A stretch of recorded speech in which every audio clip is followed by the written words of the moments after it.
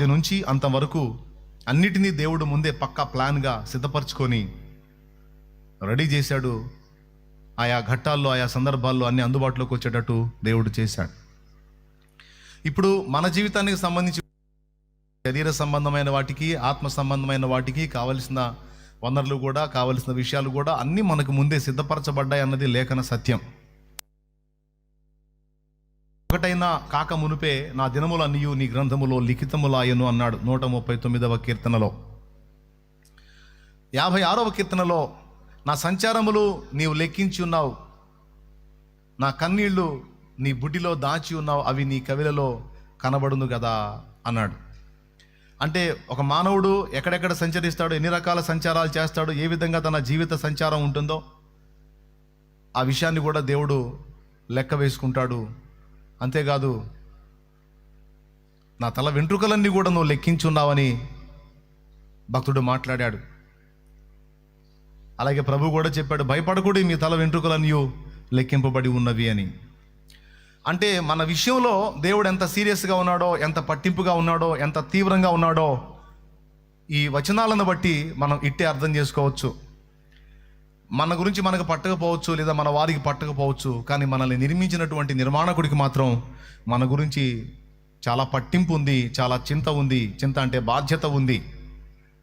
దీనికి లేఖన సాక్ష్యం కూడా, ఆయన మిమ్మల్ని గురించి చింతించుచున్నాడు కనుక మీ చింత యావత్తు ఆయన మీద వేసి నిబ్బరమైన బుద్ధి గలవారై మెలకువగా ఉండండి అన్నాడు. మీరు దేన్ని గురించి చింతపడకూడి, కానీ మీ విన్నపాలన్నీ కూడా కృతజ్ఞతాపూర్వకంగా దేవునికి తెలియజేయండి. అప్పుడు సమస్త జ్ఞానమునకు మించినటువంటి దేవుని సమాధానం మీ హృదయ తలంపులో కావలిగా ఉంటుందన్నాడు. ఇవన్నీ లేఖనాలే. మత్తయి సువార్త 6లో అంటాడు, మీలో ఎవడు చింతించుట వలన తన ఎత్తు మూరుడు ఎక్కువ చేసుకోగలడు? చింతపడటం అనవసరం. ఏదన్నా ఉంటే నాకు అప్పచెప్పు, నువ్వు ధైర్యంగా ఉండు, నిబ్బరంగా ఉండు, ఎందుకంటే నీ విషయంలో నేను బాధ్యత కలిగి ఉన్నానని పదే పదే పలుమార్లు దేవుడు తన గ్రంథంలో రాయించి పెట్టాడు. టోటల్గా దేవుడు ఏం కోరుకుంటున్నాడు అంటే, మనం భయము లేకుండా ధైర్యముగా ఉండాలి, దేని గురించి కూడా భయపడకూడదు, ప్రశాంతంగా ఉండాలి, ధైర్యంగా ఉండాలి, నిబ్బరంగా ఉండాలనేది దేవుడు కోరుకుంటున్నాడు. అంతేకాదు దిగులు విచారాలు అనేవి లేకుండా ఆయన యందు మనం సంతోషిస్తూ, ఆయనలో ఆనందిస్తూ విశ్రాంతిని అనుభవించాలని దేవుడు కోరుకుంటున్నాడు. అసలు దేవుడు ఏం కోరుతున్నాడు అన్న ప్రశ్న మనం వేసుకుంటే దానికి సమాధానం ఇదే. మనం నిబ్బరంగా ఉండాలని కోరుకుంటున్నాడు. నిబ్బరము అంటే నిర్భయము, భయము లేని స్థితి. నిబ్బరము అంటే భయపడకూడదు, ప్రశాంతంగా ఉండాలి, ధైర్యంగా ఉండాలి అనేది మనల్ని కోరుతున్నాడు. రెండవది విశ్రాంతిని అనుభవించాలని కోరుతున్నాడు. మూడవది ఆయనలో ఆనందాన్ని వెతుక్కోవాలి, ఆయనలో ఆనందించాలి. మళ్ళా చెప్పాడు ఫిలిప్పీ పత్రిక 4:4, ప్రభువునందు ఆనందించండి, మరలా చెప్పుదును ఆనందించండి, నేను సహా ఆనందిస్తున్నాను అన్నాడు. ప్రతికూల పరిస్థితుల్లోనూ, ఇరుకులు ఇబ్బందుల్లో కూడా పౌలు కలత చెందలేదు, దిగులు చెందలేదు, విచారపడలేదు. కానీ అన్ని ఘట్టాలలో, అన్ని సమయాలలో ప్రభువులో ఆనందించటం అనేది నేర్చుకున్నాడు. మనల్ని కూడా దానికోసమే పిలుస్తున్నాడు. ఇప్పుడు మనం ఏమేమి కలిగి ఉండాలని దేవుడు కోరుతున్నాడు? మనం నిర్భయంగా ఉండాలని కోరుతున్నాడు. రెండవది దిగులు విచారాలు లేకుండా ధైర్యంగా ఉండాలి, ప్రశాంతంగా ఉండాలి అని కోరుకుంటున్నాడు. మూడవది విశ్రాంతిలో ఉండాలని కోరుకుంటున్నాడు. అంతేకాదు ఆయనలో మనం నిరంతరం ఆనందించాలని కోరుకుంటున్నాడు. ఆయనను బట్టి, ఆయన యందు ఆయనను మహిమపరుచుకుంటూ ఆయనలో ఆనందాన్ని వెతుక్కొని, ఆయన చెప్పినటువంటి కార్యాలలో ఆనందాన్ని వెతుక్కొని ఆ విషయాల్లో మీరు ప్రశాంతంగా ఉండండి. ఇంక అంతే చాలు, ఇక మిగిలిన బాధ్యతలన్నీ నేనున్నాను కదా, నా సెలవు లేకుండా నీకేది రాదు. ఒకవేళ నీకు ఆశీర్వాదాలే కాదు, నేను సిద్ధపరిచింది కొన్ని రకాల శ్రమానుభవాలు కూడా నేను రెడీ చేసి పెట్టాను. మనకు దేవుడు అన్నీ ముందే సిద్ధపరిచాడన్న దానిలో మేలులే కాదు, మన మనసుకి కీడులాగా అనిపించేవి కూడా కొన్ని ఉన్నాయి. అంటే మనకి కీడులాగా అనిపిస్తాయి, కానీ దేవుని కోణంలో దేవుడు సిద్ధపరిచినవన్నీ కూడా 100% మన మేలుకే. దేవుడు మనకు సిద్ధపరిచిన వాటిల్లో శిక్షణలు కూడా ఉన్నాయి. శిక్ష లాగా కనబడేటువంటి శిక్షణలు కూడా ఉన్నాయి. మనకి ఏ అనుభవాన్ని చూపించి ఏ పాఠం నేర్పాలో, మనలో ఉన్న పెడద్రం, పెళుసుదనం, ఏ అనుభవాల్లో గుండా తీసుకెళ్ళి వాటిని దుళ్ళగొట్టాలో, వాటి నుంచి మనల్ని విడిపించాలో, ఆ పిచ్చి మనల నుంచి వదిలించాలో, దానికి కావాల్సిన ఏర్పాట్లు కూడా దేవుడు రెడీ చేసుకునే ఉన్నాడు. అయ్యే అప్పుడప్పుడు మనకి మధ్యలో లైఫ్లో తగులుతూ ఉంటాయి. ఆ షాకులు తగిలినప్పుడే నిషాలు దిగి లైన్లోకి వస్తూ ఉంటాం. లేకపోతే మనంత మిడిమేలో నడమంతరం ఇంకొకటి ఉండదు. ఒప్పుకుంటారా? దేవునికి స్తోత్రం. ఈరోజు దేవుని సన్నిధికి వచ్చి ఇంత పద్ధతికి ఎంత బుద్ధిగా కూర్చున్నారంటే మీరు అందరు మామూలు పిల్లలా? ఎవరికి గుచ్చే ముళ్ళు వాళ్ళకి గుచ్చాడు కాబట్టి వచ్చి కూర్చున్నారు. లేకపోతే మీరు జనాలకు ముళ్ళు గుచ్చుకుంటూ తిరుగుతారు. సో మీరు తక్కువళ్ళు కాదు, నేను తక్కువని కాదు, ఆ లైవ్లో చూసేవాళ్ళు కూడా తక్కువళ్ళు కాదు, అందరే. సో మొత్తానికి ఎవరికి తగ్గదు వాళ్ళకి సెట్ చేసి ఆశీర్వాదాలే కాదు, శిక్షలా అనిపించే శిక్షణలు కూడా మనకు రెడీ చేసి సిద్ధపరిచాడు. మాస్టర్ గారు క్లాస్ రూమ్లో ఏమేమి సిద్ధపరచుకుంటాడో మీకు తెలుసు.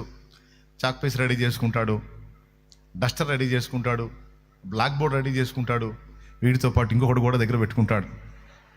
గుర్తుపెట్టుకోవాలి, ఏంటిది? బెత్తం. అది ఒక్కటి లేకపోతే బాగుండు ఆయన. మాస్టర్ గారు దేవుడిలా కనపడతాడు. దేవుడు సహా బెత్తం దగ్గర పెట్టుకొని కూర్చున్నాడు. 4 బ్లాక్ బోర్డ్, దాని మీద రాయటానికి చాక్ పీస్, అలాగే డస్టర్ చూడడానికి. వీటన్నిటితో పాటు చెప్పిన పని చేయకపోతే, చెప్పిన లెక్క చేయకపోతే, చెప్పిన విషయాలు రాయకపోతే, చెప్పినట్టు వినకపోతే పట్టుకొని తనటానికి కావలసిన సరుకు కూడా. ఇంకా ఆశ్చర్యకరమైన విషయం ఏంటంటే మన చేతే మనల్ని తనటానికి మెల్లలు తెప్పిస్తాడు. అరే అడితి కాడికి పోయి మంచి సరికి పుల్లలు 4 తీసుకురాయా, మనల్ని పంపిస్తాడు. మా మాస్టర్ అంతే, మా టీచర్ అంతే, మా చేతే పుల్లలు తెప్పించద్దు మమ్మల్ని తనటానికి. ఇంకేం చేద్దాం, ఇక వాడు తాడు వాడే తెచ్చుకున్నట్టు. ఆ పుల్ల తీసుకొస్తే దీంతో ఎన్ని తన్నులు తినాలో నేను అనుకుంటే తెచ్చేవాడిని. నేను కూడా పోయి తెచ్చా. శిక్షాదండం కూడా రెడీ చేసుకుంటాడు. అట్లా దేవుడు సిద్ధపరిచినవి మన కోసం ముందే ఉన్నాయి. అవసరమా అనవసరమా? బాలుని హృదయంలో మూఢత్వం స్వాభావికంగా పుట్టును, శిక్షాదండము దాన్ని తోలివేయును అని ఉంది. స్వభావ సిద్ధంగా మనలో మూఢత్వం పుడుతుందట. ఆ మూఢత్వం ఆదాము రక్తాన్ని బట్టి మనలోకి వచ్చింది. ఆ మూఢత్వం నుంచి మనల్ని విడిపించడానికి దేవుడు శిక్షాదండాన్ని వాడక తప్పదు. కాబట్టి మనకి శిక్షల్లా కనపడేవి వాస్తవంగా శిక్షలు కాదు, శిక్షణములు, ట్రైనింగ్ అని చెప్పొచ్చు. స్తోత్రం. ఆ ట్రైనింగ్లో భాగంగా కొన్నిసార్లు మనకి నొప్పి కలిగించక తప్పదు, ఇబ్బంది కలిగించక తప్పదు. సో దేవుడు సిద్ధపరచుకున్న వాటిలో ఇవి కూడా ఉన్నాయనేది మీరు గుర్తుపెట్టుకోండి. సో ఇంకొకటి కూడా గుర్తుపెట్టుకోవాల్సింది ఏంటంటే, అన్నీ ముందే సిద్ధపరచబడ్డాయి అనే మాట లేఖనం ఇస్తున్న సాక్ష్యం. తన భక్తులకు ఎదురయ్యేటువంటి సమస్యలకు కావాల్సిన ప్రొటెక్షన్ కూడా దేవుడు ముందే సిద్ధపరచుకున్నాడు. మీరు 34వ కీర్తన 7వ వచనం చదివితే, యెహోవా యందు భయభక్తులు గలవారి చుట్టూ కావలి ఉండుటకు దూత ఉన్నాడన్న సంగతి అక్కడ రాయబడి ఉంటుంది. యెహోవా యందు భయభక్తులు గలవారి చుట్టూ ఆయన దూత కావలి ఉండి వారిని రక్షించును. 34:7 స్పష్టంగా ఉంది. 91వ కీర్తన 11వ వచనం కూడా మీరు చూస్తే, ఆయన నిన్ను గూర్చి తన దూతలకు ఆజ్ఞాపించును, నీ పాదములకు రాయేనను తగలకుండా వారు నిన్ను తమ చేతుల మీద ఎత్తి పట్టుకొందురు అని అక్కడ రాస్తుంది. సో ఇక్కడ మనకి భద్రత. ఇశ్రాయేలు జనాంగం ప్రయాణం చేస్తుంటే వాళ్ళ వెంట ఒక రాయి కూడా నడిచిందట, ఒక బండ కూడా వాళ్ళని ఫాలో అయిందట. ఆ బండ పేరు హోరేబులోని బండ. ఎందుకు అంటే, వాళ్ళకు దాహం వేసిన ప్రతిసారి ఆ బండలో నుండి నీళ్ళు వచ్చాయి, ఒక నదిలాగా ప్రవహించేది. వాళ్ళు, వాళ్ళ పశువులు, వాళ్ళ పిల్లలు తాగి బ్రతికేవాళ్ళు. హోరేబులోని బండ.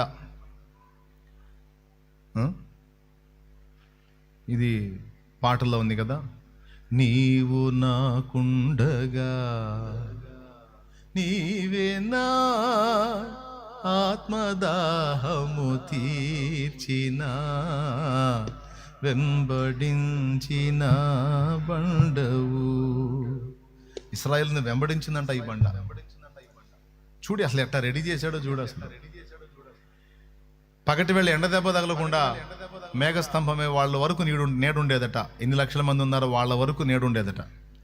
రాత్రి వేళ వాళ్ళకి ఏ ఇబ్బంది కలగకుండా, వెన్నెల దెబ్బ తగలకుండా, వాళ్ళకి అంధకారం తగలకుండా ఆయనే అగ్నిస్తంభమై, అంధకారంలో ఎక్కడ పోయి పడతారో తెలియదు కదా, వెలుగునిచ్చేవాడట. లోకం మొత్తానికి చీకటి, ఇశ్రాయేలుకి మాత్రం రాత్రి కూడా వెలిగే. లోకం మొత్తానికి ఎండ, ఇశ్రాయేలుకి మాత్రం ఎండలో కూడా నీడే. మళ్ళీ పందిళ్ళు లేవు, పాకాలు లేవు, షెడ్డులు లేవు, టెంటులు లేవు. ఆ విధంగా తన బిడ్డలందరికీ కావాల్సిన విషయాలన్నిటినీ ముందు ముందే దేవుడు రెడీ చేసి పెట్టుకుంటాడు అనేది మనకి పుట్టుక నుంచి తెలిసిన విషయమే. దేవుడిని ఎరిగిన ఇప్పటి విషయంలోనే కాదు, దేవుడిని ఎరగని అప్పటి దినాల్లో కూడా మనల్ని సృష్టించిన సృష్టికర్త తానే గనుక తల్లి కడుపులో నుంచి మనం బయటికి రాకమునుపే బయటకు వస్తే మన చిన్న పొట్టకి ఆకలైద్దని తండ్రి ముందే ఎరిగి మన అమ్మ నుండే మనకి పాల ఉత్పత్తి పెట్టి మన కడుపు నింపడానికి ముందే రెడీ చేసి పెట్టాడు. ఈ మాటల్ని బట్టి మీకు కొంత ఊరట కలిగిద్దని ఈ మాట మళ్ళీ చెప్తా ఉంటాను నేను. ఎందుకంటే గడిచిపోతున్న కాలాన్ని బట్టి కొంతమందికి చాలా కృంగుబాటు, వేదన కలిగిద్ది. ఇంతవరకు నా జీవితంలో ఏ మలుపు లేదు, ఏ పరిస్థితి లేదు, నేను ఎదురు చూస్తున్నవేవి జరగలేదని నిరాశ నిస్పృహలోకి వెళ్ళిపోయి కృంగిపోయి దేవుడు నిబ్బరం కలిగి ధైర్యంగా నుండి విశ్రాంతిలో ఉండు, నా యందు ఆనందించన్న మాటల్ని పక్కన పెట్టి సాతానుకు చోటిచ్చి సంతోషించాల్సినటువంటి హృదయాలు దుఃఖంలో వెళ్ళదీస్తూ ఉంటారు కనుక అలాంటి పరిస్థితుల్లోంచి మిమ్మల్ని బయటికి తీసుకొని రావాలనే ఈ మాట మీకు తరచుగా చెప్తూ ఉంటాను. ఇది వాక్య సత్యం కాబట్టి చెప్తున్నాను. ఇకపోతే ఈ విషయాన్ని మనం కొంచెం పక్కన పెడితే,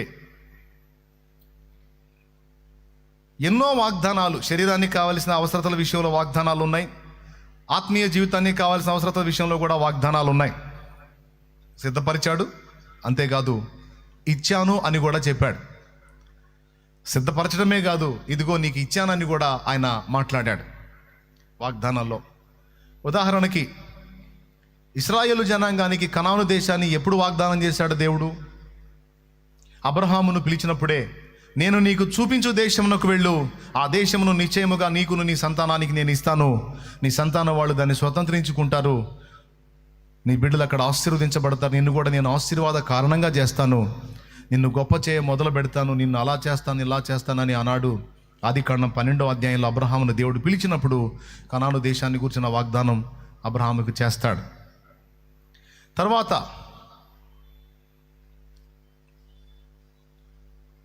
యోసేపు ఐగుప్తు దేశానికి అమ్మబడ్డ తర్వాత ఈ అబ్రహాము మనుమడైనటువంటి యాకోబు అతని సంతతి మొత్తం కూడా యోసేపును బట్టి ఐగుప్తుకు షిఫ్ట్ అవుతారు. కనాను దేశం నుండి ఐగుప్తుకు షిఫ్ట్ అవుతారు. ఎందుకంటే కనాన్లో కరువు వచ్చింది, బ్రతకడం కష్టంగా ఉంటుంది. ఆ కారణం చేత ఐగుప్తుకు వెళ్తారు. ఐగుప్తులో బాగుంటుంది పరిస్థితి. యోసేపు ఉన్నంత వరకు వాళ్ళ పరిస్థితి అక్కడ బాగుంటుంది. యోసేపు వెళ్ళిపోయిన తర్వాత యోసేపుని ఎరగనటువంటి కొత్త రాజు, కొత్త ఫరో వచ్చి ఇశ్రాయేలుని శ్రమ పెట్టడం మొదలు పెడతాడు. దాదాపు ఇశ్రాయేలు ఐగుప్తులో 400 సంవత్సరాలకు పైచిలుకు శ్రమను పొందుతారు, బానిస బతుకుతారు. ఆ తర్వాత దేవుడు మోషేని లేపి మోషేని పంపించి, నువ్వు ఆ ప్రజల్ని తీసుకొని నా సేవకుడు నా స్నేహితుడైన అబ్రహాము సంతతి నేను వాగ్దానం చేసినటువంటి దేశాన్ని స్వతంత్రించుకున్నట్లు వారిని కనాను ప్రాంతానికి నువ్వు నడిపించాలి అని మోషేని పిలిచి లైన్లో దించుతాడు. మోషే వెళ్ళి వాళ్ళని తీసుకొని బయలుదేరతాడు. ఇప్పుడు కనాను దేశాన్ని స్వాధీనపరుచుకునే విషయంలో వారికి వాగ్దానం ఎప్పుడు చేయబడింది? ఇశ్రాయేలు జనాంగం యొక్క మూలపితరుడైనటువంటి అబ్రహాము టైంలోనే వాగ్దానం అయిపోయింది. తర్వాత ఇస్సాకుకి, తర్వాత యాకోబుకి, తర్వాత యాకోబు సంతతి 12 గోత్రాలకి దేవుడు ఆ వాగ్దానాన్ని కంటిన్యూ చేస్తాడు. ఇదిగో మీకు ఇచ్చి ఉన్నాను మీది అది అని. ఇక్కడ మోషేని పంపినప్పుడైతే నిశ్చయముగా వాళ్ళకి దాన్ని ఇచ్చేశాను, వాళ్ళు స్వాధీనపరచుకోవాలి అన్నాడు.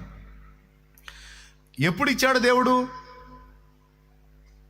పితరుల టైంలోనే ఇచ్చాడు. కానీ ఎప్పటికీ స్వాధీనం చేసుకున్నారు వాళ్ళు? దాదాపు చాలా సంవత్సరాల కాలం పట్టింది. దేవుడు ఎప్పుడు సిద్ధపరిచాడు? ఎప్పుడో సిద్ధపరిచాడు. ఎప్పుడు ఇచ్చాడు? అబ్రహాం టైంలోనే వాగ్దానం చేశాడు. కానీ స్వాధీనపరచుకోవటం అనేది ఎప్పుడు జరిగింది? స్వతంత్రించుకోవటం ఎప్పుడు జరిగిందంటే దానికి చాలా ఎక్కువ సంవత్సరాల కాలమే పట్టింది. వందలాది సంవత్సరాలే పట్టింది దాన్ని స్వాధీనపరచుకొని వాళ్ళు అందులో నివసించి ఆ దేశపు ఫలాన్ని అనుభవించడానికి, స్వతంత్రించుకోవడానికి. ఇక్కడ నీకు చెప్పగోరిన విషయం ఏంటంటే 2 విషయాలు మనకు స్పష్టంగా అర్థం అవ్వాలి. మొట్టమొదటిది, దేవుడు మనకు కావలసిన సమస్తమును ముందే సిద్ధపరిచాడు. రెండవది, నేను వాటిని మీకు ఇచ్చేశాను అని కూడా దేవుడు మాట్లాడాడు. ఇస్తాను కాదు, ఇచ్చేశాను అని కూడా మాట్లాడాడు. నీకు ముందే సిద్ధపరచబడింది, అంతేకాదు నీకు అనుగ్రహించబడింది అని కూడా దేవుడు అంటాడు. ఆ అనుగ్రహించబడిన దాన్ని మనం స్వతంత్రించుకునే విషయంలోనే కొంతమంది దాన్ని స్వతంత్రించుకోవటం, కొంతమంది దాన్ని స్వతంత్రించుకోకపోవటం, నష్టపోవటం అనేవి మనకు జరుగుతూ ఉన్నాయి. దేవుడు రెండు చేశాడు, ముందు సిద్ధపరిచాడు, రెండవది స్వతంత్రించుకోమని వాగ్దానం కూడా చేసేసాడు, తీసుకోండి అని. ఇక్కడ స్వతంత్రించుకునే విషయంలో లేదా స్వాధీనపరచుకునే విషయంలోనే చాలామంది భక్తులు తేడాపడే పరిస్థితిని నేను చూశాను. నీకు దేవుని కృప ఏంటంటే అందరికీ దేవుడు అన్ని అందుబాటులోకి ఇచ్చాడు, కానీ కొందరు స్వతంత్రించుకోలేకపోయారు. దేవుడు నీకు ఇచ్చిన వాటిని నీవు స్వతంత్రించుకున్నావు సోదరా, దేవుడు నీకు ఇచ్చిన వాటిని నువ్వు స్వతంత్రించుకున్నావు అన్న మాట అన్నాడు. నాకు ఒక్కసారిగా హృదయంలో చాలా సంతోషం అనిపించింది. ఎందుకంటే తను ఆశువుగా పలికిన ఆ మాట సామాన్యమైంది కాదు, అది పరిశుద్ధాత్మ స్వరం. ఆశువుగా పలికాడు, సంభాషణలో ఒక మాటలాగా పలికిన ఆ మాటలో చాలా పెద్ద విషయం ఉంది. అది ఆయనకి తెలియచ్చు, తెలియకపోవచ్చు గాక. కానీ ఆ మాట నా చెవికి పడగానే వెంటనే నేను మౌనం అయిపోయా, ఇంకేం మాట్లాడలా. ఎందుకంటే ఆ మాటని ఆయన నోట నుండి పలికించి, ఆ నోట నుండి ఒక మాట పలికించిన దేవుడు ఇక మిగిలిన అంశమంతా నా లోపల నుండి మాట్లాడుతున్నాడు. నేను చాలామందికి అన్నీ సిద్ధపరిచాను, స్వతంత్రించుకోమని పిలుస్తున్నాను, కానీ చాలామంది వాటిని స్వతంత్రించుకోలేకపోతున్నారు. వాటిని స్వతంత్రించుకున్నోడు ధన్యుడు. కొంతమంది దాన్ని స్వతంత్రించుకోలేకపోయారు. ఇది నా తప్పు కాదు, వారి తప్పే. ఇది దేవుడు నాతో మాట్లాడుతున్న మాట. ఎవరి తప్పు? నా తప్పు కాదు. నేను సిద్ధపరిచాను, స్వాధీనపరచుకోమని కూడా నేను అవకాశం ఇచ్చాను. మరి సిద్ధపరిచినప్పుడు, స్వాధీనపరచుకోమని పిలిచినప్పుడు స్వాధీనపరచుకోవడానికి ఇంక ఇబ్బంది ఏంది ప్రభువా అంటే, స్వతంత్రించుకోవడానికి ఇంక ఇబ్బంది ఏంది ప్రభువా, తీసేసుకోవచ్చు కదా అంటే, తీసేసుకోవచ్చు, అయితే అక్కడ కొన్ని పనులు చేయాల్సి ఉంది, అప్పుడు అవి స్వాధీనం అవుతాయి. ఎట్లా స్వతంత్రించుకుంటారు, ఎట్లా స్వాధీనపరచుకుంటారు? ఉదాహరణకి వాగ్దత్త దేశం, పాలు తేనెలు ప్రవహించేటువంటి కనాను దేశాన్ని ఇదిగో మీకు అనుగ్రహించాను, మీరు దాన్ని స్వాధీనపరచుకోండి అని దేవుడు చెప్పాడు. మరి నా అనుగ్రహించాను అన్నప్పుడు బాగా వినండి. వీళ్ళు వెళ్ళి అందులో ఉండిపోతే పోతుంది, కానీ వీళ్ళు వెళ్ళేసరికి అందులో ఎవరు లేని స్థితిలో అయితే లేదు, డేంజర్ మనుషులు ఉన్నారు అక్కడ. ఎలాంటి వ్యక్తులు ఉన్నారో తెలుసా? ఆనాకు వంశీకులు, అమోరీ జాతి మనుషులు. అమోరీయులు ఎత్తరలే, ఆనాకీయులు ఎత్తరలే, నెఫీలీ జాతి మనుషులండి. ఆనాకు వంశపు నెఫీలీ జాతి మనుషులు మేము చూసాం అన్నారు ఇక్కడ 10 మంది. చెడ్డ సమాచారం చెప్పిన 10 మంది. వాళ్ళు దీర్ఘదేహులైన మనుషులు, బహు ఎత్తరులు. వాళ్ళ హైట్తో ఇశ్రాయేల్ను పోల్చుకుంటే చాలా దారుణమైనటువంటి పరిస్థితి. అంటే వాళ్ళు నిలబడితే వాళ్ళ ఎత్తుకి వీళ్ళ పర్సనాలిటీ ఒక మిడత సైజు. అంటే అంత దీర్ఘదేహులైన వ్యక్తులు. వాళ్ళు కట్టినటువంటి కాంపౌండ్ వాల్స్ కూడా, ఆ వాగ్దత్త భూమికి వాళ్ళు కట్టిన కాంపౌండ్ వాల్స్ కూడా చాలా పెద్దవి, ఆకాశాన్ని అంటుతున్నాయి. వాటిని బ్రద్దలు కొట్టి, వాటిని కూల్చి, ఆ మనుషుల్ని కూల్చి వీళ్ళు అందులోకి జాయిన్ అవ్వాలి. ఇక్కడ ఎబూసీయులు, ఆనాకీయులు, అమోరీయులు, అమాలేకీయులు, ఇంకా చెప్పాలంటే మోషే దగ్గర చెప్తాడు హిత్తీయులు, హివ్వీయులు, ఎబూసీయులు, పెరిజీయులు, కనాను దేశంలో ఉన్నటువంటి రకరకాల జాతులు, వీళ్ళందరూ అక్కడ నివాసాలు ఉంటున్నారు. ఇప్పుడు వీళ్ళు వెళ్ళి దాన్ని స్వతంత్రించుకోవటం అంటే ఏంటో తెలుసా? వీళ్ళు వెళ్ళి వాళ్ళని వెళ్ళగొట్టి వాళ్ళ వశంలో ఉన్నటువంటి వీళ్ళ వాగ్దత్త భూమిని, దేవుడు వీరికి అనుగ్రహించిన భూమిని వాళ్ళని వెళ్ళగొట్టి వీళ్ళు దాన్ని స్వాధీనపరచుకోవాల్సి ఉంది. ఎందుకు వెళ్ళగొట్టాలి అంటే, వారి విషయంలో దేవుడు అభ్యంతరపడ్డాడు, వారి ప్రవర్తన దేవునికి హేయంగా ఉంది, వారు దేవుని హృదయానికి గాయం కలిగించేటువంటి చర్యలు చేశారు, దేవుడు వారి యందు అసహ్యపడ్డాడు. సో వారికి దాన్ని ఇవ్వలేదు, వారిని వెళ్ళగొట్టది అబ్రహాం సంతతికి అనుగ్రహించాలని దేవుడు డిసైడ్ చేశాడు. ఎందుకు ఇలా చేశాడు అనే పిచ్చి క్వశ్చన్స్ మనం అడగకూడదు. దేవునికి ఉండే రీజన్స్ దేవునికి ఉంటాయి. ఇలా ఎందుకు, అలా ఎందుకు అని పీత బ్రెయిన్లు వేసుకొని మనం అడగకూడదు. స్తోత్రం. ఏం బ్రెయిన్లు? పీత అంతా మన బ్రెయిన్ మొత్తం కలిపి పెద్ద సైజు పీత అంతా. కానీ ఆకాశ మహాకాశాలను పట్టజాలని దేవుడు ఆయన. ఇలా ఎందుకు, అలా ఎందుకు అట్లే ఎందుకు ఇట్లా ఎందుకు చేశాడు అని పీతపైన ప్రశ్నలు అడగకూడదు అనేది మళ్ళీ ఒకసారి చెప్తున్నా. దేవుడు ఏదైనా చేశాడు అంటే దానిలో 100% న్యాయం, తర్కం ఉంటాయి, లాజిక్ ఉంటుంది. ఒకవేళ నీకు ఇప్పటికీ అర్థం కాకపోయినా, ఈ లైఫ్కి అర్థం కాకపోయినా, రేపు అక్కడికి పోయిన తర్వాత అయినా సరే నువ్వు అడిగే వాటికి తప్పనిసరిగా ప్రతి పాయింట్కి ఆన్సర్ చేయగలిగే వ్యక్తి ఆయన. స్తోత్రం కలుగును గాక ప్రభుకి. గట్టిగా చెప్పండి. ఒకవేళ దేవుని పనులు నీకు వెరితనంగా కనిపిస్తే దానికి కూడా దేవుని వాక్యంలో సమాధానం ఉంది. దేవుని వెరితనము కూడా మనుషుల జ్ఞానం కంటే జ్ఞానం కలది అని కొరింథీ పత్రికలో 1వ అధ్యాయంలోనే పౌలు భక్తుడు ఆ మాట మాట్లాడతాడు. ఒకవేళ దేవునికి పిచ్చితనం ఉందని నువ్వు అనుకుంటే ఆయన పిచ్చితనం కూడా మన జ్ఞానానికి మించిందిరా నాయన అంటాడు.